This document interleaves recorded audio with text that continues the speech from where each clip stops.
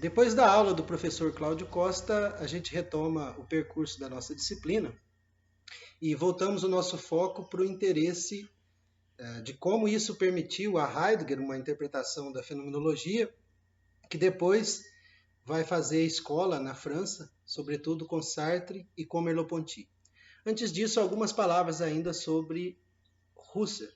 Só para lembrar, a partir de 1907, com a ideia da fenomenologia, sobretudo em 1913, com a publicação de Ideias para uma Fenomenologia Pura e uma Filosofia Fenomenológica, nós temos a virada idealista do Husserl.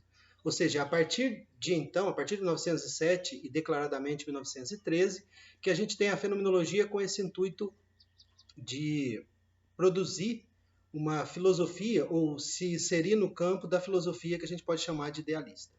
Bom, mas aqui veio então esse livro de 1900, ele foi publicado em duas partes, então em 1900 as 5 primeiras investigações e depois em 1901 a sexta investigação. E é essa que nos interessa, né? É um livro enorme e se a gente fosse pensar a razão, né, do Husserl ter escrito tal obra, em linhas muito gerais, pode-se dizer que ele estava dizendo ali o que é a fenomenologia. E ele estava compreendendo essa fenomenologia como uma forma peculiar de psicologia descritiva, elaborada a fim de servir de fundamento da teoria do conhecimento. Então nós temos como palavras-chave a fenomenologia como psicologia descritiva ligada à fundamentação de teoria do conhecimento. E o que ela teria de especial, então, enquanto essa psicologia descritiva peculiar? O fato de que ela seria capaz de alcançar conhecimentos a priori sobre a psique. A priori, apenas para constar, antes da experiência.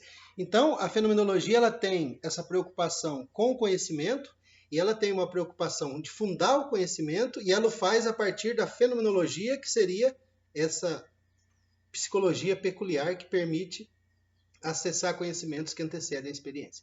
Para fazê-lo, Husserl escreveu bastante.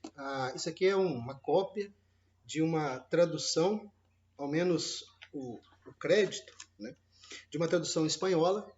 E nessa tradução direto do alemão, são 778, 779 páginas, beira 800 páginas. Então é um projeto enorme.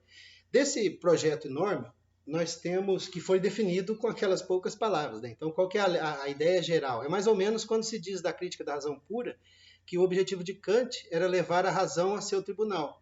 Quer dizer, você disse muito pouco do que tem, de tudo que tem ali. Tá? É uma obra enorme que tem,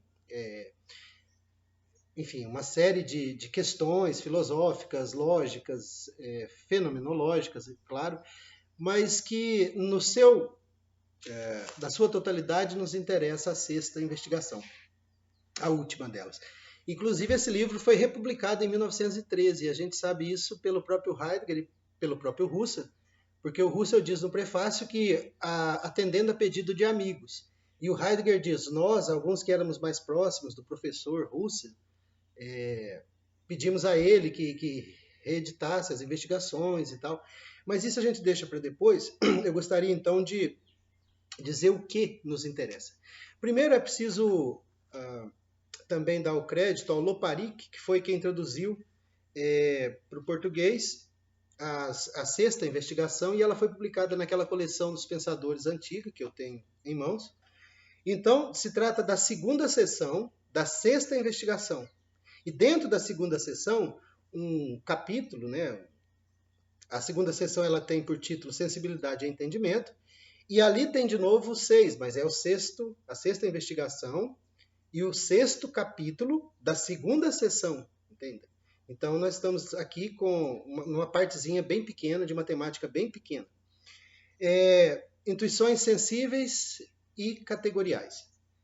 Antes de entrar em qualquer detalhe, nós começamos, e esse texto foi disponibilizado no parágrafo 40, onde Husserl apresenta o problema do preenchimento de formas categoriais de significado.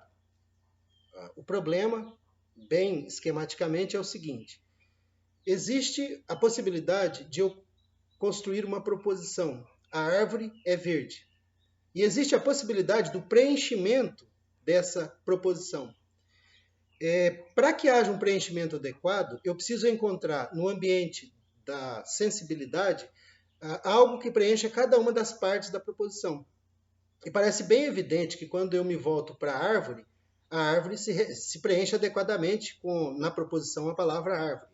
Há uma coincidência entre aquilo que me ocorre e aquilo que a proposição revela e aquilo que o fenômeno, o mundo, a sensibilidade revela. Isso seria um preenchimento adequado. E Husserl vai se perguntar por isso, e isso vai levar a uma questão que talvez para o Husserl, para Kant, sejam questões secundárias, mas que o Heidegger vai entender isso aqui de uma maneira bastante peculiar. Se o Husserl pretendia, então, produzir uma psicologia peculiar, né, uma psicologia que ele vai chamar de fenomenologia, nós temos então uma fenomenologia peculiar, que vai ser essa compreensão que vai ter o Heidegger de um aspecto, ou pelo menos de uma parte, que é decisiva desse livro que tem 800 páginas e que nós vamos passar por algumas. Bom, colocada a questão, nós precisamos adentrar o problema. Depois eu vou voltar nisso com um pouquinho mais de detalhe, mas o problema se inicia... Na verdade, Kant ele resolve uma gama de problemas que tinham se acumulado, mas esse problema em específico se inicia com Kant. Também, de maneira bem esquemática, valeria a pena algum aprofundamento, Kant ele pretende explicar como se dá a constituição do conhecimento. E ele usa para isso a análise, a separação em partes, e ele usa inclusive esse recurso aqui do Husserl, que é o apriorismo. Eu explico. Trata-se de compreender aquela relação que há entre o sujeito de conhecimento e o mundo. E para fazê-lo, Kant começa a separar. Então vamos nos voltar para o sujeito. No sujeito existe uma série de experiências que estão totalmente ligadas ao mundo. Eu não vou considerá-las. E eu vou fazendo esse processo de limpeza até alcançar o fundamento daquilo que eu compreendo do mundo. E com isso Kant faz lá a sua revolução copernicana. Ele revela muito. Ao voltar-se para o sujeito, ele percebe que uma parte daquilo que nós consideramos como realidade, o fenômeno, na verdade é uma mera aparência. Aparência por quê? Bom, é preciso considerar a estética transcendental, né, o capítulo da estética transcendental na Crítica da Razão Pura, quando Kant explica como é que se dá a constituição do fenômeno.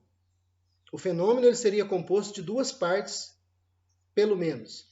A matéria, e essa matéria é fornecida pela sensibilidade, pelo tato, pela audição, pela visão, e um outro lado, que é a estrutura cognoscitiva, a estrutura inata, não é uma coisa que se aprende, do entendimento, que informaria, ou seja, daria forma para essa matéria informe da sensibilidade. O fenômeno seria, portanto, a matéria da sensibilidade organizada pelo entendimento. É daí que tem aquele chavão, né? Quase uma maneira de decorar, mas de se lembrar, mas que Kant ele mostra que a sensibilidade sem a razão é cega e que a razão sem a sensibilidade é vazia. Imaginem que no aspecto sensório-motor nós somos muito próximos de outros animais, sobretudo bem parentes dos mamíferos, e uma vaca tem audição, tem visão, tem olfato, tem tato, só que eles são cegos, no sentido de que ela não reflete a partir deles. Então ela tem a sensibilidade, mas seria forçoso pensar uma vaca com entendimento. De outro lado, para ter uma imagem do que seria o entendimento sem a sensibilidade, é como um programa de computador sem ser alimentado. Ele não tem dados para trabalhar. Então ele sabe lidar com números, construir fórmulas, tabelas, etc., mas ele é incapaz, efetivamente, de trabalhar sem você fornecer a ele o material. Então, o entendimento é essa estrutura que é inata e a sensibilidade é aquilo que traz a matéria. E o fenômeno é a junção dessa matéria, da sensibilidade, organizada pelo entendimento.